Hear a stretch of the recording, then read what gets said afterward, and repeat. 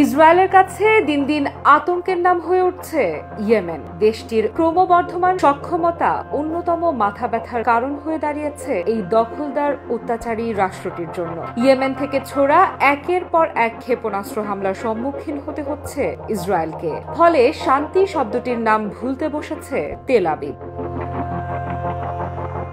মধ্যপ্রাচ্যের আকাশ আবারও কেঁপে উঠেছে ইয়েমেনের শক্তিশালী ড্রোনের গর্জনে। ইসরায়েলের হৃদয়ে সরাসরি আঘাত হেনেছে দেশটির সশস্ত্র বাহিনী।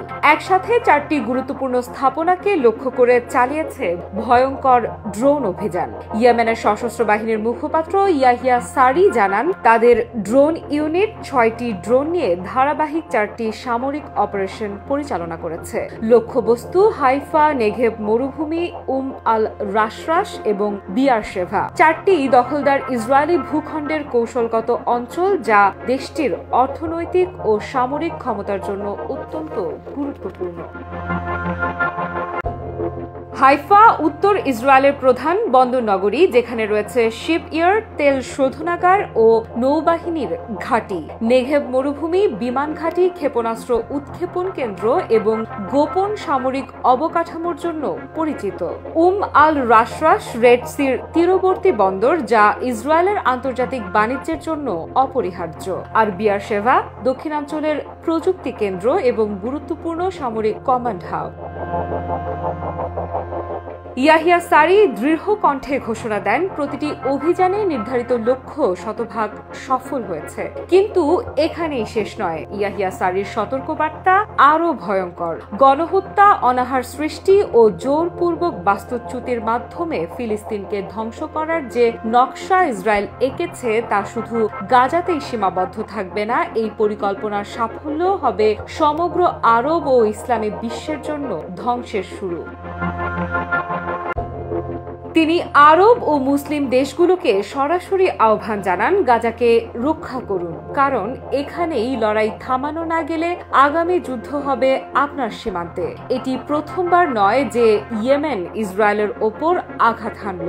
এর আগে বহুবার ইয়েমেনি বাহিনী গাজার পক্ষে অবস্থান নিয়ে ড্রোন ও ক্ষেপণাস্ত্র হামলা চালিয়েছে। প্রতিবারই তারা জানিয়েছে, এই আক্রমণ শুধু প্রতিশোধ নয়, বরং এক ধরনের বার্তা। যুদ্ধের আগুন যদি গাজায় জ্বলে, তাহলে তার শিখা পৌঁছাবে তেল আবিব থেকে শুরু করে বন্দর নগরীগুলো পর্যন্ত। বসুন্ধরা টিস্যু, অশুদ্ধতার বিরুদ্ধে এক বিন্দুও ছাড় নয়। এবারের আক্রমণ কেবল স্থল বা আকাশে সীমাবদ্ধ নয়। রেড সি ও বাব আল মানদেব প্রণালীতেও ইয়েমেনি বাহিনী তাদের শক্তি দেখিয়েছে।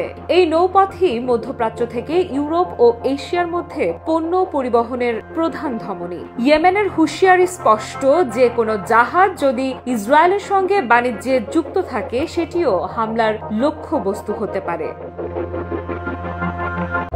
এদিকে ইসরায়েলের প্রতিরক্ষা বাহিনী দাবি করেছে, তাদের বিমান প্রতিরক্ষা ব্যবস্থা কিছু ড্রোন ভূপাতিত করেছে। তবে ইয়েমেনের বক্তব্য অনুযায়ী আঘাত লক্ষ্যবস্তুতে পৌঁছেছে এবং মিশন সফল হয়েছে। আন্তর্জাতিক গণমাধ্যম বলছে, ইসরায়েলের অভ্যন্তরে নিরাপত্তা ও গোয়েন্দা সংস্থাগুলো এই হামলার পর জরুরি বৈঠক ডেকেছে। বিবৃতির শেষ লাইনে ইয়েমেনের সশস্ত্র বাহিনী যেন যুদ্ধই ঘোষণা করে দিল।